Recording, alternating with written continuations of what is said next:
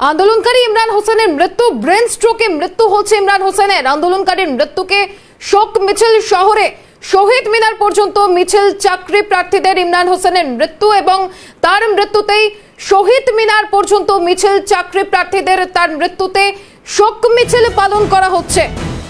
SLST আন্দোলনকারী ইমরান হোসেনের মৃত্যু। শেষবার স্কুল সার্ভিস কমিশনের পরীক্ষা হয়েছিল 2016 সালের ডিসেম্বরে। তারপরে কেটে গিয়েছে 7.5 বছরের বেশি সময়। 2022 সালের 5ই মে এসএসসি বিজ্ঞপ্তি জানিয়েছিল, কিন্তু তারপরেও নিয়োগ হয়নি। আর সেই নিয়োগের পথে আন্দোলনকারীরা যারা নেমেছিল তাদের মধ্যেই ইমরান হোসেনের মৃত্যু। 527টি পদ রয়েছে। 11-12 বিজ্ঞপ্তি প্রকাশ করব 5ই মে 2022 সালে, আজ থেকে 2 বছর আগে। আজও সেই বিজ্ঞপ্তি প্রকাশ হলো না। তথাপি শিক্ষা দপ্তরের প্রিন্সিপাল সেক্রেটারি আদালতে জানিয়েছিলেন 28 জুলাই 2022 সালে। 2022 সালের 5ই মে এসএসসি বিজ্ঞপ্তি দিয়ে জানিয়েছিল যে নতুন পরীক্ষার বিজ্ঞপ্তি প্রকাশ হবে। সেই পরীক্ষার বিজ্ঞপ্তি এখনো পর্যন্ত প্রকাশ হয়নি এবং সেই আন্দোলনকারী তাদের মধ্যে মৃত্যু হচ্ছে একজনের, ইমরান হোসেন।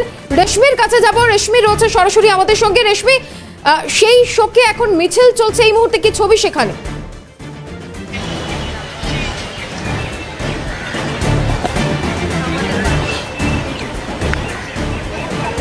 2016 সালে শেষ এসএলএসটি পরীক্ষা হয়, অর্থাৎ নবম থেকে দ্বাদশ শ্রেণীর শিক্ষক নিয়োগের পরীক্ষা। তারপরে আর কোনো এসএলএসটি পরীক্ষা হয়নি।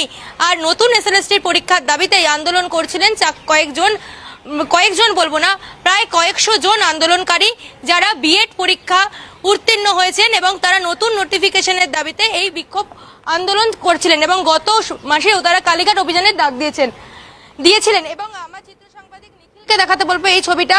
2022 সালে স্কুল সার্ভিস কমিশনের পক্ষ থেকে একটি নোটিফিকেশন জারি করা হয়েছিল, যেখানে বলা হয়েছিল খুব দ্রুততার সঙ্গে খুব তাড়াতাড়ি নতুন নিয়োগের বিজ্ঞপ্তি প্রকাশ করবে স্কুল সার্ভিস কমিশন। কিন্তু তার 2 বছর কেটে গিয়েছে, এখনো কোনো নতুন বিজ্ঞপ্তি প্রকাশ হয়নি। আর নতুন বিজ্ঞপ্তি প্রকাশের দাবিতেই যারা আন্দোলন করছিলেন তাদের মধ্যে একজন ইমরান হোসেন। গতকাল তিনি মারা গিয়েছেন এবং আজকে চাকরি প্রার্থীরা যারা রয়েছেন সকল মঞ্চের, তারা কালো কাপড় নিয়ে প্রতিবাদ জানাচ্ছেন এবং যারা অন্যান্য চাকরি প্রার্থীরা রয়েছেন তাদের সঙ্গে একটু কথা বলার চেষ্টা করি। স্কুল সার্ভিস কমিশনের তরফ থেকে 2 বছর আগে এই বিজ্ঞপ্তি, তারপরেও নতুন কোনো নোটিফিকেশন প্রকাশ করা হলো না। তাহলে এই মৃত্যুর দায় কার? এই মৃত্যুর দায় অবশ্যই রাজ্য সরকার। রাজ্যের মাননীয় মুখ্যমন্ত্রী যেখানে নবান্ন থেকে প্রতিশ্রুতি ঘোষণা দেয়, শিক্ষা দপ্তর, যে শিক্ষা দপ্তর দুর্নীতিতে ভরা, শিক্ষামন্ত্রী থেকে শুরু করে আমলারা জেলে রয়েছে, সেখানে স্কুল সার্ভিস কমিশন 5ই মে 2022 সালে, আজ থেকে ঠিক 2 বছর আগে, তারা জানিয়েছিল এসএলএসটি 9-10, এসএলএসটি 11-12 নিয়োগে তারা বিজ্ঞপ্তি প্রকাশ করবে। আদালতে তারা 28 জুলাই জানিয়েছিল এসএলএসটি 9-10 13,842, এসএলএসটি 11-12 5,527 শূন্যপদ রয়েছে, সেখানে বিজ্ঞপ্তি প্রকাশ করা হবে। কিন্তু অথচ সেই বিজ্ঞপ্তি এখনো প্রকাশ হয়নি। সেই দাবিতেই, সেই ন্যায্য অধিকারের দাবিতেই আমাদের সহযোদ্ধা, আমাদের অন্যতম লড়াকু নেতৃত্ব ইমরান হোসেন, তার নেতৃত্বেই তিনি মারা গেলেন কি করে? তিনি গতকাল সকালে তার ব্রেন স্ট্রোক হয়। আমরা জানি ব্রেন স্ট্রোক একটা মানসিক যন্ত্রণা থেকে হতে পারে। সে একটা তরতাজা যুবক, যার বয়স 29 বছর। এই বয়সে তার মানসিক চাপ এমন কি ছিল যার জন্য তাকে সেই মৃত্যু ধানেই পর্যন্ত তাকে টেনে যেতে হলো। সে আমাদেরকে ছেড়ে চলে গেল। তার আন্দোলনটা তো শুরু হয়েছিল সেই 2019-20 সাল থেকে। তিনি বহুবার আন্দোলন করেছে, এখানে মাধ্যমিক ধর্ণামঞ্চ করেছে। একটা দাবি, শিক্ষা দপ্তর হাইকোর্টে শূন্যপদ জানিয়েছে, স্কুল সার্ভিস কমিশন 5ই মে 2022 সালে, আজ থেকে 2 বছর আগে নোটিশ জারি করেছে। সেই বিজ্ঞপ্তি প্রকাশ করতে দপ্তর হাইকোর্টে শূন্যপদ জানানোর পরেও এখনো নতুন কোনো নোটিফিকেশন প্রকাশ হয়নি। আর যার জেরেই মানসিক অবসাদে ভুগছিলেন এই ইমরান হোসেন এবং ব্রেন স্ট্রোক হয় তার গতকাল মৃত্যু হয়েছে, এরকম বলছেন চাকরি প্রার্থীরা। অন্যান্য চাকরি প্রার্থীরা রয়েছেন, তাদের সঙ্গে কথা বলবো। একদিকে আজকে শুনানি সুপ্রিম কোর্টে 2016 এসএলএসটি যাদের প্যানেল বাতিল হয়েছে শুনানি, একদিকে নতুন এসএলএসটির জন্য আন্দোলন করছিলেন যারা, তাদের মধ্যে একজন আন্দোলনকারীর মৃত্যু। এই রাজ্যের শিক্ষা ব্যবস্থাকে কিভাবে দেখছো তোমরা? এই রাজ্যের শিক্ষা ব্যবস্থাকেই হত্যা করা হচ্ছে। এই যে আমাদেরকে হত্যা করা হচ্ছে না, আমরা এখানে যে সুশান্ত বলুন, এই আমরা যারা আছি, অতনু, সব জীবন্ত লাশ। কেন বলছি বলুন তো? আজ এই পরিস্থিতির জন্য দায়ীকে? আজকে এই যে সুপ্রিম কোর্টে এই পরিস্থিতি তৈরি হয়েছে, দায়ীকে? শিক্ষা দপ্তর এবং মুখ্যমন্ত্রী, সর্বোপরি তিনি সর্বোচ্চ প্রধান। আচ্ছা, আপার প্রাইমারি একটা নিয়োগ হয়নি, দায়ীকে?